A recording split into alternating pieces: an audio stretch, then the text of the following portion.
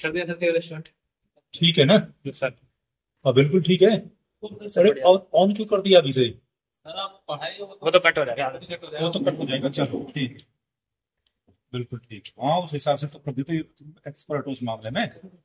बढ़िया, बहुत अच्छा। इतनी मेमोरी वगैरह है फिर इसमें? अच्छा, अब जो ये सेव होगा, ये आपकी उसमें सेव होगा ना, रैम में होगा? सर ये तो स्टोरेज होगा ना। स्टोरेज में होगा ना? रैम में तो नहीं होगा ना ये? रोम में होगा डायरेक्टली जो ये सेव होगा, ठीक कह रहे हो। हाँ तो डिजाइन उसी हिसाब से होगा, अदरवाइज तो रैम तो कर ले ही नहीं पाएगा आगे ये, वीडियो बन ही नहीं पाएगी। हाँ 8 GB, हाँ ठीक कह रहे हो। चलो कोई बात। तो देखिए सिलेबस के हिसाब से ना, ये तुम्हारा यहाँ पर अब ये चेक करना किस किस रेंज में कहाँ कहाँ तक मैं मूव कर सकता बिल्कुल हूँ। सर, ये पूरा एकदम बढ़िया आ रहा, पूरी कॉपी भाई आ रही है। बात कॉपी आ रही है, कहीं कॉपी को शिफ्ट करने दे दो, मतलब कॉपी को शिफ्ट नहीं करना है, ये ठीक रखी हुई है ना? Yes sir. ये बिल्कुल जगह पे ठीक इसी रखी हुई जगह है। सर आप पढ़ाते रहो, बढ़िया। हाँ बहुत अच्छा, चलिए सर ठीक आप थोड़ा सा इधर कर सकते हैं। सर सर है ना, आप ठीक है। तो थोड़ा सा इधर कर लो भाई। लैपटॉप को थोड़ा पीछे कर दो। ये लैपटॉप उठा कर रख दो ना यहाँ से, उधर रख दो, उधर रख दो, उधर रख दो। दे सकते हो आप। हैं? हल्का सा उधर कर लो, ताकि ये वो वेट ठीक रहे ना। और यहाँ पे यार कुछ रखो इस पे।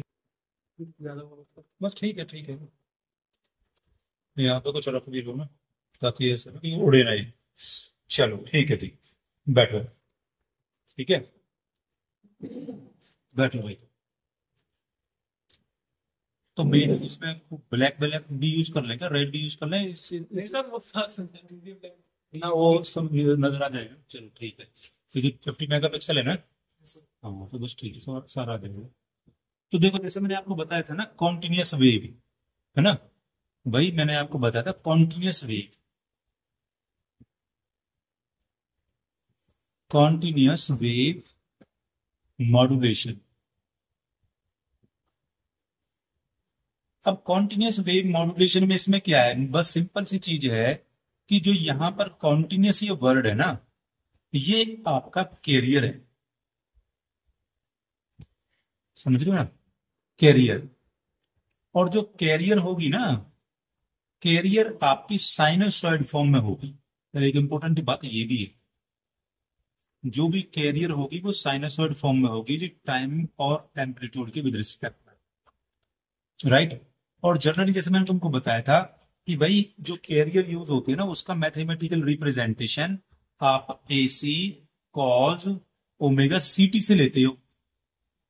वैसे इसका ना रादर और बेटर रिप्रेजेंटेशन होता +5।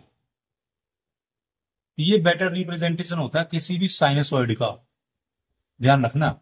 साइनसॉइड में तुम साइन वेव भी ले सकते हो, कोसाइन वेव ले सकते हो, उससे कोई ज्यादा फर्क नहीं पड़ता। बस ये शिफ्टिंग का मैटर है ना? ये शिफ्टिंग का मैटर है कि भाई साइन वेव और cosine wave, they are 90 degree phase shifted, otherwise they are the same. ठीक। तो इसमें क्या है आपके पास, जब भी आप मॉड्यूलेशन करते हैं कॉन्टिन्यूस वेव में, तो आपके पास यहां पर एक टाइम आ गया भाई, देखिए एक बार। ठीक है, सर वो तो वो उससे कोई फर्क नहीं वो तो भाई, ठीक है। तो इसमें क्या बोल रहा है ये, कि भाई आप मॉड्यूलेशन करोगे, राइट? ये मॉड्यूलेटर है। तो मॉड्यूलेटर में आपके पास एक कैरियर होगी, ये भी कॉन्टिन्यूअस है। और आपके पास यहां पर मैसेज होगा M, ये भी कॉन्टिन्यूअस है। और जो भी आपके पास वेव फॉर्म आएगी वो भी कॉन्टिन्यूअस होगी, राइट? इसीलिए इसको कॉन्टिन्यूअस वेव मॉड्यूलेशन बोल रहे हो, कॉन्टिन्यूअस में आएगा। अब ये क्या है, ये किस तरह की वेव आ सकती है? 3 तरह की आ सकती है। इसमें एम्पलीट्यूड भी हो सकता है, AM वेव हो सकती है, या फिर ये FM वेव हो सकती है, या फिर ये PM हो सकती है, फेज मॉड्यूलेटेड वेव फॉर्म भी हो सकती है। AM में सिंपल एम्पलीट्यूड चेंज होगा, FM में फ्रीक्वेंसी, और PM में फेज चेंज होगा, PM में फेज चेंज होगा, राइट? तो ये चीज मैंने पहले बता रखी है। मान लीजिए आपके पास मॉड्यूलेटेड सिग्नल है, तो यहाँ एम्पलीट्यूड चाहिए होगा, ये मान के चलिए मॉड्यूलेटिंग सिग्नल अगर इस तरह का है ना, तो एएम के अंदर इसका डबल एनवलप बनेगा। मतलब एक एनवलप बनेगा डबल, क्या ये इसी तरह का ऊपर ये इसकी बाउंड्री होती है ना। तो ये इसका इमेज शो करता है। ये फोरियर ट्रांसफॉर्म से भी हम प्रूव कर सकते हैं कि भाई इसकी इमेज आती है। जब भी कैरियर मल्टीप्लाई करती है ना, तो उसका डबल रेप्लीकेशन आता है। उसका रेप्लीकेशन आता है, डबल नहीं रेप्लीकेशन आता है। एक आपका अपर बैंड पे होता है, एक होता है लोअर बैंड पे। ठीक है जी, ये फूरियर ट्रांसफॉर्म बताता है। तो भाई यहां पर आपका एम्पलीट्यूड चेंज होगा, ये एम्पलीट्यूड चेंज हो रहा है ना, तो ये बन जाएगी आपकी एएम। कहोगे जी कैसे, ऐसे कैसे? तो मैंने आपको ये बताया था, फूरियर ट्रांसफॉर्म का एक बेसिक चीज बताई थी कि मान लीजिए एम ऑफ टी आपके पास ये है, ये टाइम डोमेन में m of t message signal होता है, ये जो ह्यूमन मशीन या एनवायरनमेंट से जनरेट होता है, एनवायरनमेंट से जनरेट होता है, जिसको आप रिमोट लोकेशन पे ट्रांसमिट करना चाहते हैं। और ये सिग्नल हमेशा वीक होता है, बहुत ज्यादा पावरफुल नहीं होगा। एक तो सिग्नल थोड़ा वीक होगा, दूसरा लो फ्रीक्वेंसी का होगा, लो एम्पलीट्यूड का होगा। ये जो एम्पलीट्यूड वेरिएशन होता है ना, ये एम्पलीट्यूड की स्ट्रेंथ ही बताती है कितनी पावर है इसके अंदर। यह बात ध्यान रखना। एम्पलीट्यूड की जो पावर स्पेक्ट्रल एनालाइजर होता है ना, पावर स्पेक्ट्रम एनालाइजर, जो ये मोबाइल वाले आते हैं चेक करने के लिए, जी आपने कंप्लेन किया है, हमें मेरी कॉल बहुत बार बार डिस्टर्ब हो रही है, बार बार कट रही है, कनेक्ट नहीं हो पा रहा है, बहुत प्रॉब्लम हो रही है मुझे, पैसे मैं पे कर रहा हूँ लेकिन तुम्हारी कॉल की वजह से मेरा बिजली सारा ठप हो रहा है। एक्चुअली मैंने बोल दिया था क्योंकि मेरे को कॉल वॉल मिलती नहीं, लोगों का रिप्लाई मिलता है कि जी कॉल मिलती नहीं है। तो वो क्या करते हैं, ये कंप्लेन नोट करके फिर वो लोग बोल देते हैं कि टेक्निकल टीम को कि भाई जाइए इस एरिया में रह रहे, इस एरिया में कहीं पावर तो कम नहीं है इसकी एंटीना की। तो वो पावर स्पेक्ट्रम एनालाइजर लेके आते हैं कि वहां उस लोकेशन में पावर चेक करते हैं कितनी, क्योंकि पावर वो बताती है कि आपके मोबाइल में कितनी रेंज आएगी, उससे पता चलता है। पावर अगर अच्छी रेंज आ रही है, वो डंडों से ऐसे मोबाइल में आते हैं, हाँ अभी भी आते हैं। तो ज्यादा स्ट्रेंथ अच्छी है तो डंडे पूरे आएंगे उसके, छोटे छोटे से ग्रुप बढ़ता जाता है, ऐसी प्रॉब्लम। तो इसके एम्पलीट्यूड पे डिपेंड करता है। दूसरा लो फ्रीक्वेंसी का होता है, ये थोड़ा ऐसे है, इसको मैसेज सिग्नल बोल देते हैं और इसको बेस बैंड सिग्नल भी बोल देते हैं। बेस बैंड सिग्नल इसका नाम है क्या, कम्युनिकेशन की थ्योरी में बेस बैंड सिग्नल बोल देंगे इसको, और लो फ्रीक्वेंसी बोल देंगे। और अच्छा, इसका जब आपको फूरियर ट्रांसफॉर्म लेते हो, तो इसका फूरियर ट्रांसफॉर्म कैपिटल एम और एफ से शो कर देते हैं बुक में, जैसे साइमन हेकिंस में भी देखोगे। हालांकि सिग्नल की शेप ऐसी है, बट अगर फूरियर ट्रांसफॉर्म के फॉर्म में आप चेक करें ना, तो सिग्नल वो कुछ ऐसे शो कर रखा है। कहोगे जी ट्रायंगल कैसे बन गया? ये इसकी ना स्पेक्ट्रल डेंसिटी है, पावर स्पेक्ट्रल डेंसिटी। वो ये कह रहा है कि मोस्टली सिग्नल ना आपके लो फ्रीक्वेंसी बैंड के अराउंड लाई कर रहा है, लो फ्रीक्वेंसी बैंड के अराउंड। जैसे मान लीजिए यहां पर मैं एफ एम ले लू, इसको मैक्सिमम फ्रीक्वेंसी कंपोनेंट, तो माइनस एफ एम बेटा यहां पे आएगा, माइनस एफ एम यहां पे आएगा। क्योंकि जी ऐसे क्यों? क्योंकि इसका फूरियर ट्रांसफॉर्म लिया है, कॉस फॉर्म में ले लो। जब भी आप इसको ना फूरियर ट्रांसफॉर्म निकाल के देखना तो पता चलेगा, भी मैं बताता हूं थोड़ी देर में। ठीक है जी, ये आएगा। और ये बता रहा है कि ये लो फ्रीक्वेंसी के अराउंड वेरी कर रहा है, और जितनी फ्रीक्वेंसी हाई जाती है उतना ही लो फ्रीक्वेंसी जाएगी। जैसे अभी एक चीज मैं आपको बताऊं, कैरियर से बताता हूं। मान लीजिए कैरियर कैरियर का सिग्नल फ्रीक्वेंसी फिक्स फ्रीक्वेंसी रहता है ना। कैरियर का जो सिग्नल होगा वो फिक्स फ्रीक्वेंसी पे रहेगा। कैरियर का सिग्नल, ठीक है भाई, कैरियर का सिग्नल फिक्स फ्रीक्वेंसी पर रहेगा। जो कैरियर जनरेट होती है ना, कैरियर की कैरेक्टरिस्टिक ये होती है, एक तो इसकी फ्रीक्वेंसी बेटा फिक्स रहेगी, एफसी, वेरी नहीं करेगी। लेकिन जो आपका मॉड्यूलेटिंग सिग्नल है ना, जो आपका नेचुरल सिग्नल है, उसकी फ्रीक्वेंसी और एम्पलीट्यूड रैंडमली चेंज होता रहता है, रैंडमली। उसके अंदर रैंडमाइजेशन बहुत ज्यादा होती है, और जितनी ज्यादा रैंडमाइजेशन होती है ना, उतनी ही ज्यादा इंफॉर्मेशन होती है उसके अंदर। ये भी आप देखना, रैंडमाइजेशन, ठीक है। अपना तुम बोल करके अपने वॉइस को रिकॉर्ड करके आप देखना, उस पर बड़े अजीब टाइप के से, हाँ, चेंज होता है, बड़े बड़े रैंडमली चेंज होता है। तो कैरियर फिक्स फ्रीक्वेंसी होती है एफसी। और मान लीजिए मैं इसको ऐसे शो कर देता हूं, एसी कॉस ओमेगा सीटी, है ना। और इसका Fourier transform time time domain में तो ये ऐसा नजर आता है, फूरियर ट्रांसफॉर्म इसलिए करवाया जाता है। ये ऐसे नहीं है, यूं ही आपके सिलेबस में रख दिया है। ये आपके पास हालांकि साइन वेव है ये, क्योंकि जीरो से शुरू कर रखी है ना। बट यूं है कि अगर मेरा मेरा टाइम यहां से स्टार्ट होता तो ये कोसाइन वेव, इसलिए कह रहा हूं ये शिफ्टेड वेव है, दोनों सेम चीज होती है। अगर मैं ऑब्जर्वेशन यहां से शुरू करता तो वो वेव यहां से शुरू हो रही है ऐसे, तो ये कोसाइन वेव है। लेकिन मैं थोड़ा शिफ्ट कर देता हूं इसको, तो साइन वेव बन जाएगी, उससे ज्यादा कोई फर्क नहीं पड़ रहा, ठीक है। तो अब देखिए टाइम यहां पे आ गया, मैक्सिमम एम्पलीट्यूड इसका एसी, और माइनस यहां पर है माइनस एसी। अब आप इसका फूरियर ट्रांसफॉर्म लें, इसका अगर आप फूरियर ट्रांसफॉर्म लें तो फूरियर ट्रांसफॉर्म इसका कैसे आएगा। इसका फूरियर ट्रांसफॉर्म बेटा ऐसे आएगा, थोड़ा ध्यान। ये है, मान लीजिए फ्रीक्वेंसी स्केल, यहां पर है एम्पलीट्यूड, ठीक। तो इसका फूरियर ट्रांसफॉर्म एक यहां पे आएगा माइनस एफ सी पर, और जितना ये आया इतना ये यहां पे आएगा, और ये आएगा प्लस एफ सी पर। इसका फूरियर ट्रांसफॉर्म ऐसे होता है, आपको भी ये कैसे, क्योंकि यहां पर आता है एक डेल्टा फंक्शन।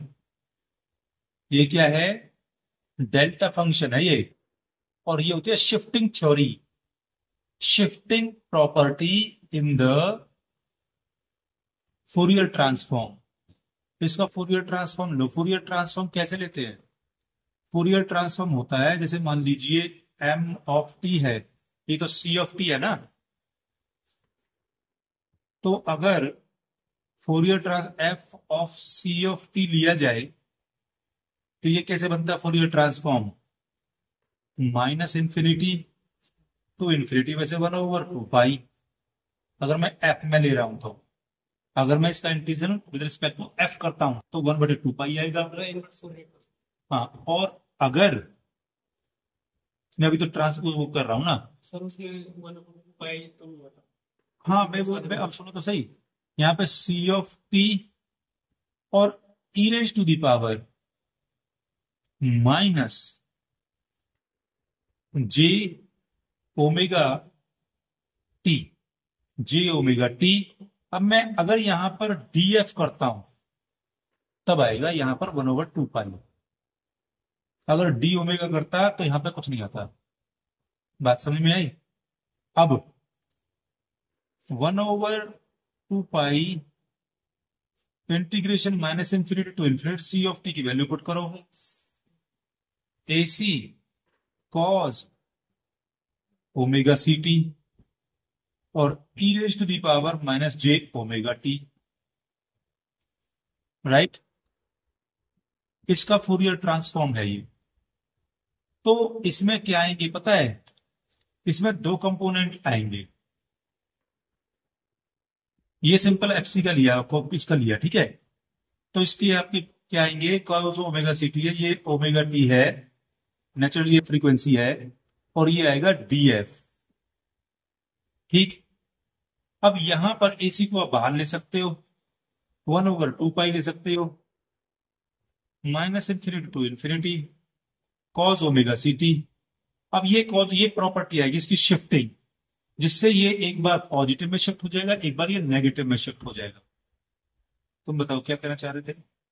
सर मैं एक ऐसा कि जैसे यहाँ पे सीटी है, हाँ, बट ये इनवर्स वाले में तो ओमेगा होता है ना। इनवर्स नहीं ले रहा ना मैं बेटा, मैं फूरियर ट्रांसफॉर्म ले रहा हूं, इनवर्स फूरियर ट्रांसफॉर्म नहीं ले रहा। बस सर फोरियर ट्रांसफॉर्म तो टाइम फंक्शन होता है ना। हाँ, Fourier but transform time function के लिए, तो टाइम फंक्शन आपके पास अवेलेबल होता है। डेरिवेटिव कर रहे हो आप फ्रीक्वेंसी के रिस्पेक्ट, तो ये तो हम्म, टाइम के रिस्पेक्ट होना चाहिए। ये भी बात ठीक कह रहा है,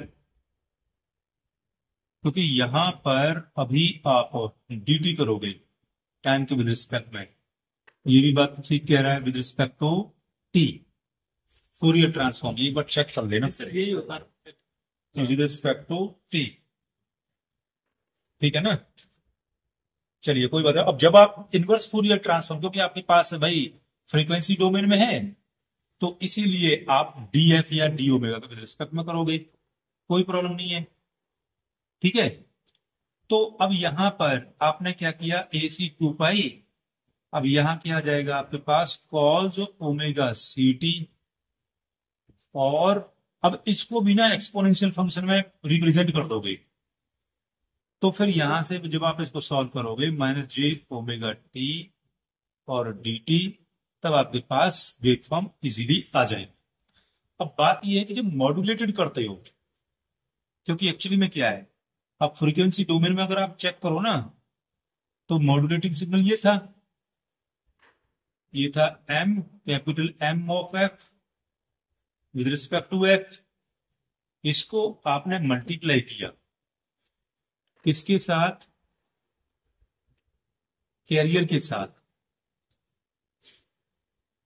और तो जब इसकी वैल्यू बनती है ना, इसको मल्टीप्लाई कर रहे हो, मॉड्यूलेट कर रहे हो, तो जो वैल्यू आती है, तो आपके पास वेव फॉर्म कुछ ऐसी आएगी, यही जो है ना, ये आपका एक बार यहां पे अपीयर होगा, राइट। तो ये आपका यहां है एफ सी, और ये होगी सेंटर फ्रीक्वेंसी, और एक बार फिर से ये यहां पे अपीयर होगा। ठीक। ये है माइनस एफ सी। अब इसमें एफ एम भी आएगा, मतलब मॉड्यूलेटिंग सिग्नल की फ्रीक्वेंसी भी आएगी, तो यहां ये वाला पार्ट बनेगा, हाँ, f c plus f m, और ये पार्ट बनेगा ये वाला f c minus f m. समझ रहे हो ना?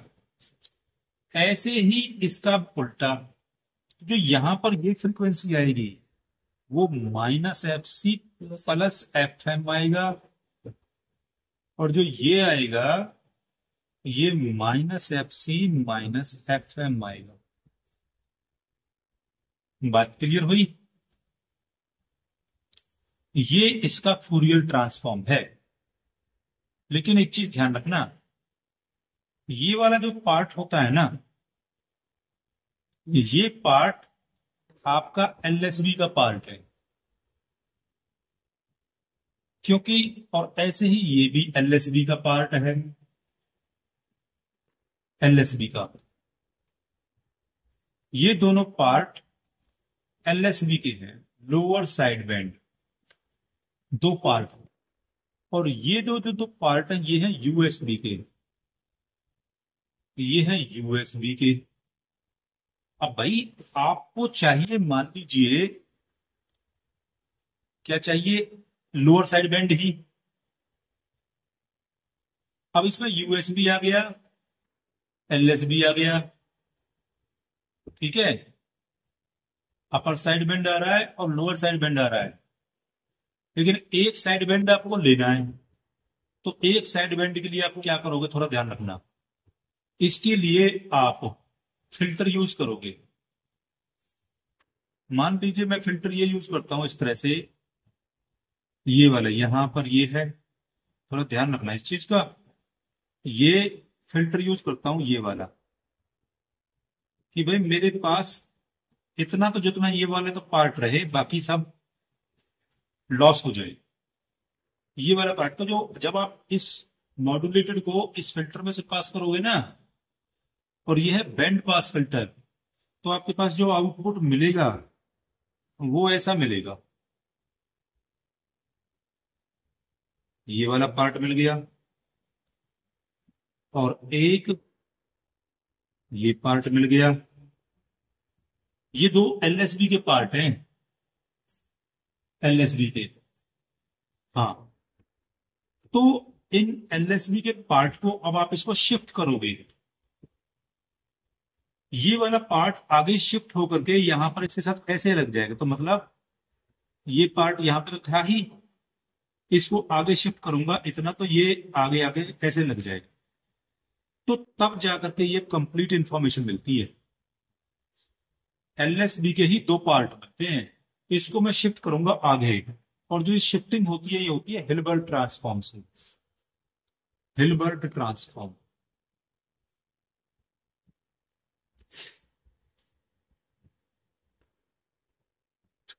तो जब मैं इसको शिफ्ट करके आगे लेके जाऊंगा तो एक आपके पास कंप्लीट बैंड बन जाएगा, जिसको आप बोलोगे लोअर साइड बैंड।